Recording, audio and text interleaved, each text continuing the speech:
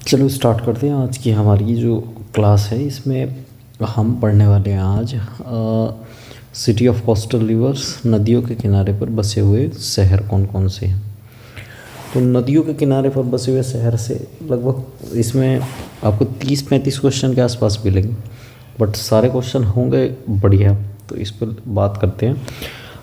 सबसे पहला क्वेश्चन ये है कि निम्न में से कौन सा शहर गंगा नदी के तट पर स्थित नहीं है। तो आंसर आ जाएगा इसका, देखो वाराणसी है, पटना है, कानपुर है, तो ये आंसर आ जाएगा दिल्ली। दिल्ली की अगर बात करेंगे तो दिल्ली आपका यमुना नदी के तट पर जो है क्या है स्थित है।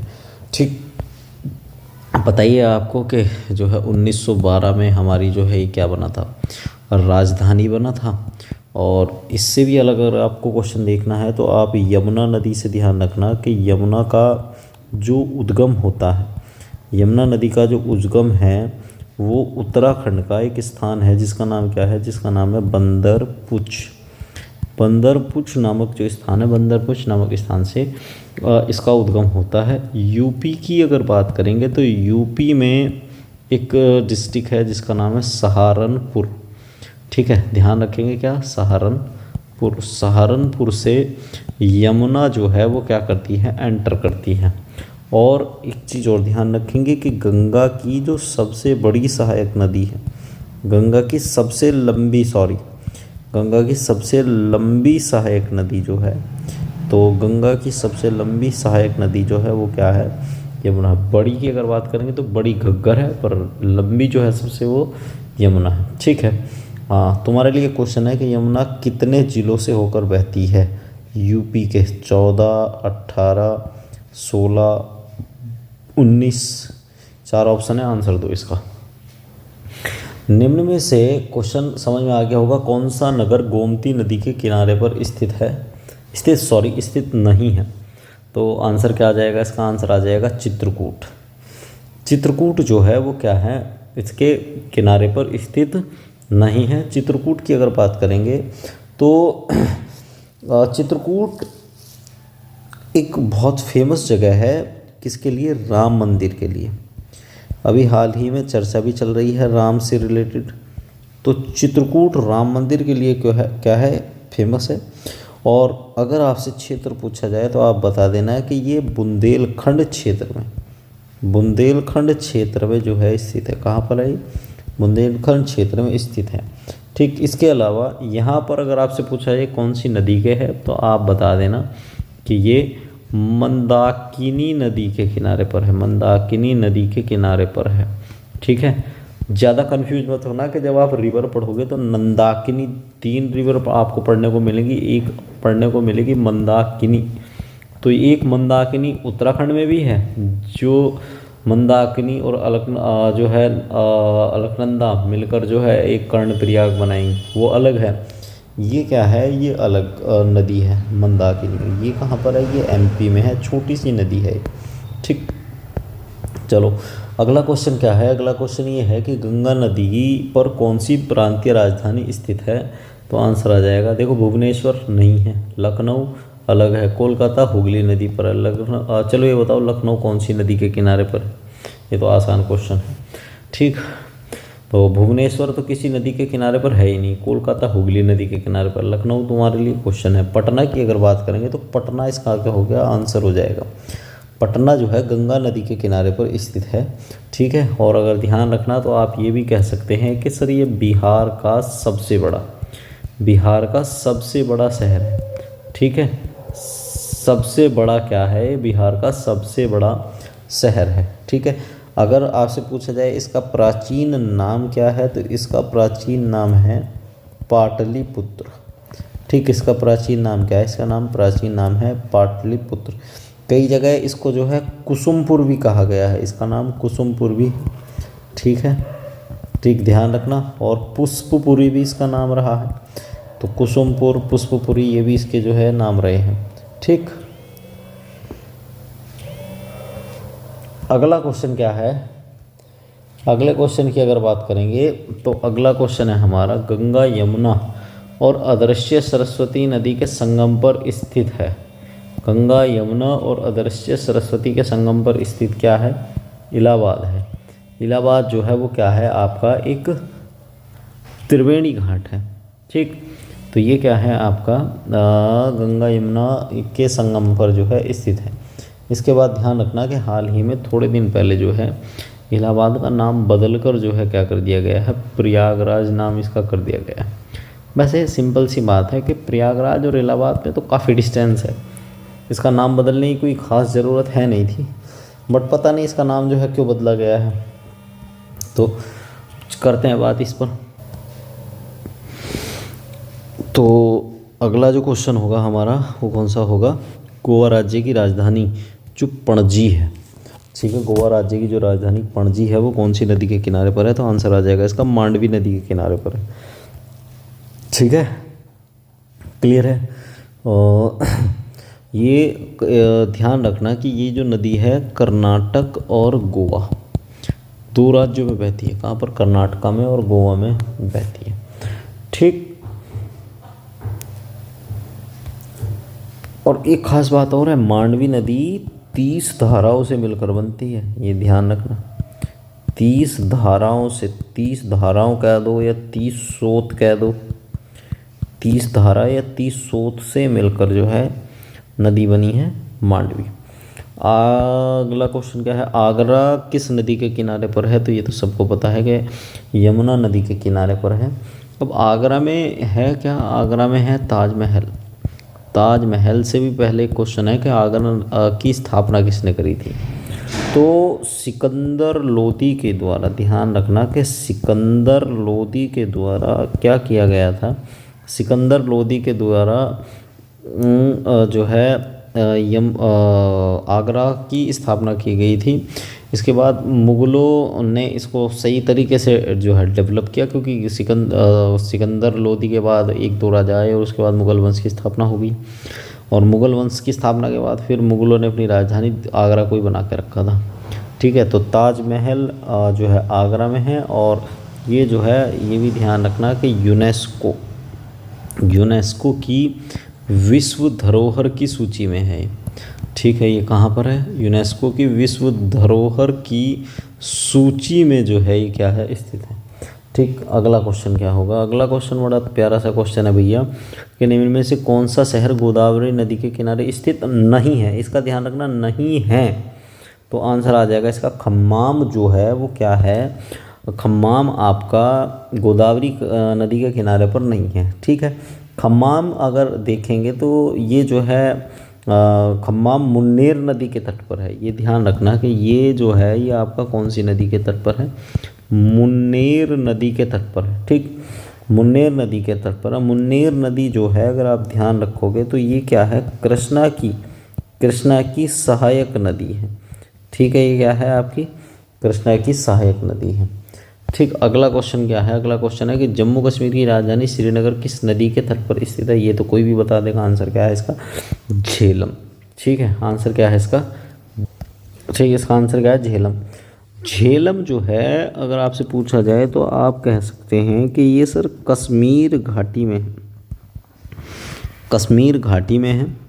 और शेषनाग झील, ठीक है, शेषनाग झील, शेषनाग, या इसी को क्या कहा जाता है, इसी को कहा जाता है बेरीनाग झील। ठीक है, बेरीनाग झील से जो है इसका क्या होता है, उद्गम होता है। ये वाली बात आप बिल्कुल ध्यान रखना कि झेलम नदी का उद्गम जो है क्या, कहाँ से होता है। ठीक, अगला क्वेश्चन है कि सूरत किस नदी के तट पर स्थित है, तो आंसर तो पता ही होगा, तापी। ठीक है, सूरत जो है गुजरात का एक शहर है। ठीक है, गुजरात का क्या है, ये शहर है।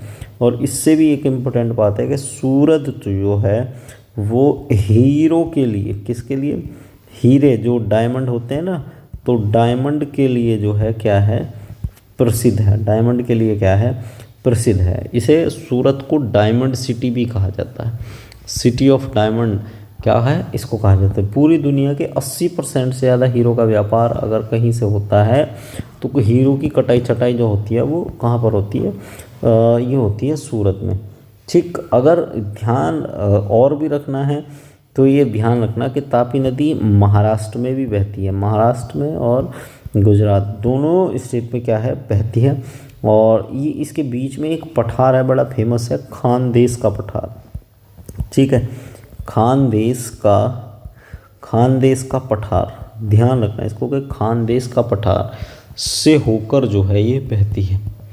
ठीक है, से होकर क्या होती है, बहती है। अगला है, उज्जैन किस नदी के किनारे पर स्थित है? तो आंसर आ जाएगा उज्जैन क्षिप्रा नदी के किनारे पर क्या है, स्थित है। उज्जैन का पुराना नाम, इसका पुराना नाम जो हुआ करता था वो हुआ करता था मेरे भाई उज्जैनी। इसका पुराना नाम क्या हुआ करता था, उज्जैनी हुआ करता था। ठीक है, और ये बहुत पुराना शहर है। विक्रमादित्य का नाम सुना होगा, तो राजा विक्रमादित्य की जो है ये क्या है, राजधानी थी। विक्रमादित्य की क्या है, राजधानी थी। तो चलो एक क्वेश्चन आप बताओ कि भारतीय इतिहास में कितने विक्रमादित्य हुए हैं? ठीक है, भारतीय इतिहास में कितने विक्रमादित्य हुए हैं? ठीक है, भारतीय इतिहास में कितने विक्रमादित्य हुए हैं? और उज्जैन को कालिदास नगरी के नाम से भी जाना जाता है। किसके लिए? कालिदास नगरी के लिए भी जाना जाता है। कालिदास से भी यार तुम्हें एक क्वेश्चन बताता हूँ, जो बिजनौर के रहने वाले हैं उनको तो ज़्यादा जानकारी होगी इस मामले की, कि बिजनौर में एक नदी बहती है। ठीक है, तो ऐसी कौन सी नदी है जिसका जिक्र कालिदास ने अपनी जो है एक रचना में किया है? ठीक है, एक रचना में किया है। ठीक, चलो इसका आंसर आप कमेंट में बताना, कोई भी बता सकता है, बढ़िया क्वेश्चन है। जमशेदपुर जो है कौन सी नदी के तट पर है? तो आंसर आ जाएगा जमशेदपुर स्वर्ण रेखा नदी के तट पर है। इसको जमशेदपुर को टाटा नगर भी कहा जाता है। इसको क्या कहा जाएगा? इसको टाटा नगर भी कहा जाता है। इसको टाटा नगर इसलिए कहा जाता है क्योंकि जमशेदजी टाटा ने यहाँ क्या किया था, अपनी पहली फैक्ट्री लगाई थी, तो इस वजह से इसको क्या है, टाटा नगर भी कहा जाता है। तो अगर आपसे पूछा जाए ये कहाँ पर है, तो आप बताना कि सर ये पूरा का पूरा एरिया आपका कहाँ पर है, झारखंड में। ठीक है, झारखंड में है। और भारत का पहला लोहे का कारखाना, भारत का पहला लोहे का कारखाना, ये इम्पोर्टेंट बात है, भारत का पहला लोहा कारखाना, भारत का पहला लोहा कारखाना जो है वो कहाँ पर है? तो आपका जमशेदपुर में है, छत्तीसगढ़ में है। ठीक, अगला क्वेश्चन है, नासिक किस नदी के तट पर स्थित है? तो नासिक आपका गोदावरी नदी के तट पर स्थित है। नासिक कहाँ पर है? नासिक आपका गोदावरी नदी के तट पर स्थित है। ठीक, अब इसमें क्या बताया जाए, तो गोदावरी नदी जो है आप कह सकते हैं कौन सी नदी है, प्रायद्वीपीय नदी है। भारत में दो तरह की नदियां हैं ना, एक नदी तो ये है, देखो इस तरीके से जो भारत है, ये एक तो ये ऊपर वाली जो नदियां हैं इनको तो हिमालयी नदी कहा जाता है, नीचे वाली जो नदियां हैं इनको प्रायद्वीप कहा जाता है। तो ये प्रायद्वीपीय नदी है। ठीक है, और प्रायद्वीपीय नदी के साथ साथ एक और कि इसको दक्षिणी गंगा भी कहा जाता है। इसको क्या कहा जाएगा? दक्षिणी गंगा। दक्षिण भारत की गंगा अगर आपसे पूछा जाए, दक्षिण भारत की गंगा, दक्षिण भारत की गंगा, तब तो आंसर आ जाएगा आपका, इसको कहेंगे कावेरी को। और अगर आपसे पूछा जाए दक्षिणी गंगा, तब आंसर आ जाएगा आपका गोदावरी को। गोदावरी से एक क्वेश्चन और आ सकता है कि ये निकलती कहाँ से है, तो महाराष्ट्र का एक त्र्यंबकेश्वर पहाड़ी है। ठीक है, कहाँ पर? त्र्यंबकेश्वर पहाड़ी है। त्र्यंबकेश्वर पहाड़ी से जो है क्या होती है, निकलती है। ठीक, अगला क्वेश्चन क्या है? अगले क्वेश्चन पे आते हैं कि जौनपुर कौन सी नदी के तट पर स्थित है? तो आंसर आ जाएगा इसका, जौनपुर गोमती नदी के तट पर स्थित है। ठीक है, जौनपुर जो है वो कौन सी नदी के तट पर है? गोमती नदी के। कई बार पूछा जाएगा कि जौनपुर को क्या कहा जाता है, तो जौनपुर को पूर्व का सिराज कहा जाता है। क्या कहा जाता है? पूर्व का सिराज कहा जाता है। सरकी वंश के राजाओं ने, सरकी वंश के राजाओं ने इसकी स्थापना की थी। सरकी वंश के राजाओं ने इसकी जो है क्या की थी? सरकी वंश के राजाओं ने इसकी स्थापना की थी। ठीक, चलो अगला क्वेश्चन क्या आएगा? अगला क्वेश्चन ये है इसका कि निम्नलिखित में से कौन सा नगर किस नदी के तट पर नहीं बसा? तो आंसर आ जाएगा इसका भोपाल। भोपाल आपका किसी भी नदी के तट पर जो है नहीं बसा हुआ है। ठीक, अगला क्वेश्चन क्या है? अगला क्वेश्चन है, ये बढ़िया क्वेश्चन है, यूपी के हिसाब से बढ़िया क्वेश्चन है। गंगा नदी के किनारे पर बसा सबसे बड़ा शहर कौन सा है? तो गंगा नदी के किनारे पर स्थित सबसे बड़ा शहर है कानपुर। शहर तो सारे ही बड़े हैं पर सबसे बड़ा जो शहर है वो क्या है? कानपुर है। ठीक है, एक यूपी में है, बहुत फेमस, यहाँ नाला सुपाला है, एक नाला सुपाला, बड़ा भारी नाला है।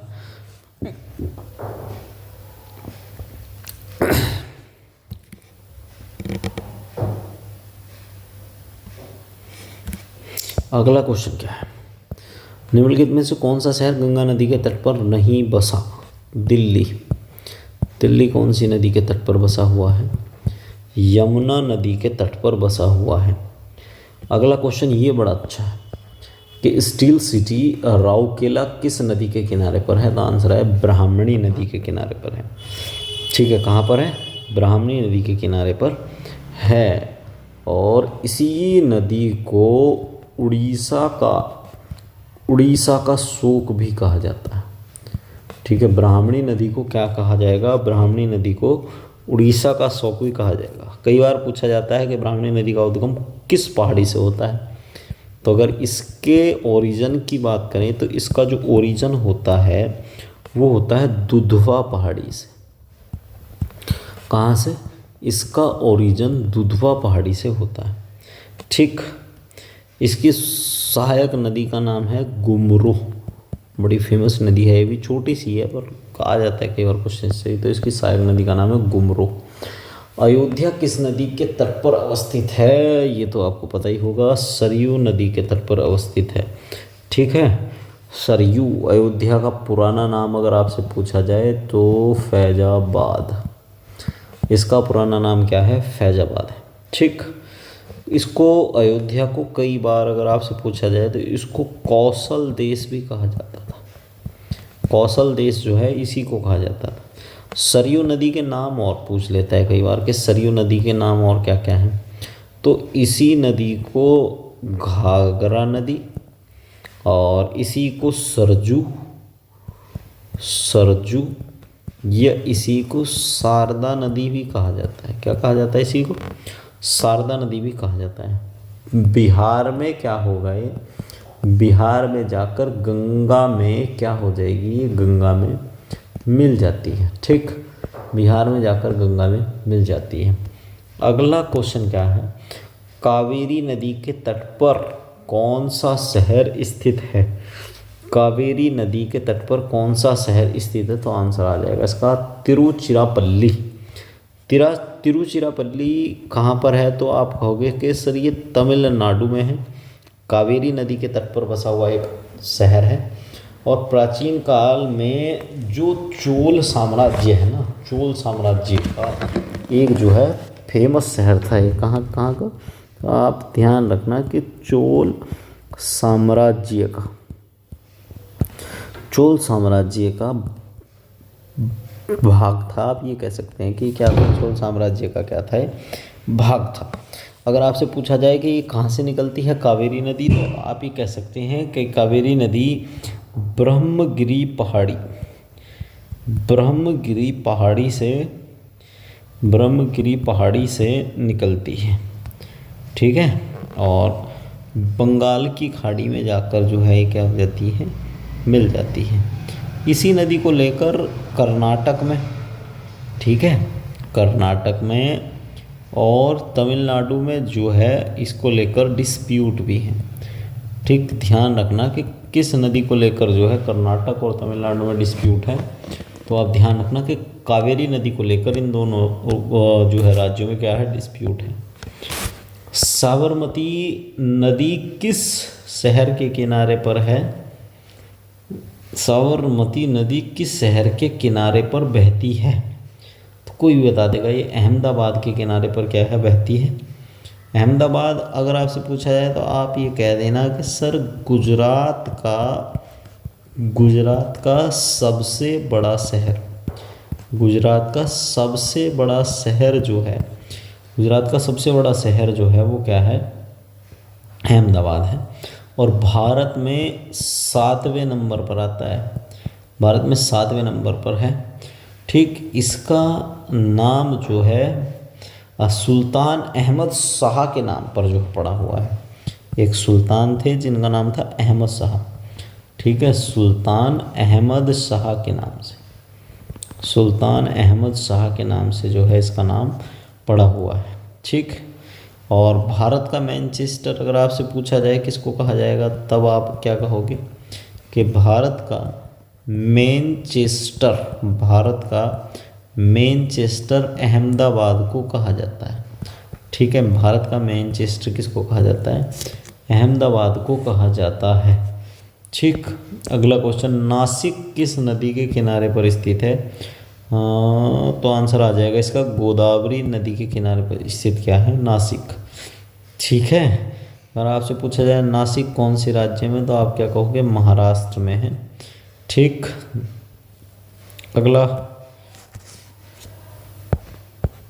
अगला है, कुछ सूची दे रखी है कि जगदलपुर, जाबाज, मुजफ्फरपुर, इंद्रावती, नामकरण, क्षिप्रा, ताप्ती। तो ये मिलाने हैं कि कौन सी नदी कहाँ पर है। ए कहाँ है, ए बैतूल, ए का 4, ए का 4 ये रहा बैतूल से कौन सी नदी निकलती है, हाँ बी का 1 हो जाएगा, बी का क्या हो जाएगा, 1, बी का 1 इंद्रावती। जगदलपुर में बहती है इंद्रावती, सही है, ये वाला है इसका। सी का 2, डी का 3, ये हो जाएगा इसका, डी का। मुजफ्फरपुर में कौन सी बहती है, क्षिप्रा। सी का क्या हो जाएगा, 2, जाबाज का नामकरण, और बी का हो जाएगा 1, और ये हो जाएगा, तो इसका आंसर बी है, इसका बी है इसका आंसर। ठीक है, इनमें से अगर आपसे पूछा जाए कि और क्या क्वेश्चन बन सकता है इससे, और तो इससे कोई खास क्वेश्चन बनेगा नहीं। अगला क्वेश्चन क्या है कि निम्न में से किस नदी के तट पर स्थित है, निम्नलिखित में से किस नदी के तट पर, गोरखपुर कहो इसको, गोरखपुर, निम्नलिखित में से गोरखपुर किस नदी के तट पर है। यूपी वालों के लिए बढ़िया है क्वेश्चन। तो गोरखपुर राप्ती नदी के तट पर है। ठीक है, नेपाल से जुड़ा है ये एरिया, नेपाल का आप कह सकते हैं ये कैसा भाग है, नेपाल का तराई भाग है, और यूपी का हिस्सा है। और यहाँ से ही चुनाव कौन लड़ते हैं, योगी आदित्यनाथ, आपको पता भी होगा। गोरखपुर में विश्व का सबसे लंबा रेलवे प्लेटफॉर्म था, पर वो अब जो है विश्व का सबसे लंबा रेलवे प्लेटफॉर्म अब जो है कर्नाटक में है। ठीक, अगला क्वेश्चन अगर आपसे पूछा जाए तो क्या होगा,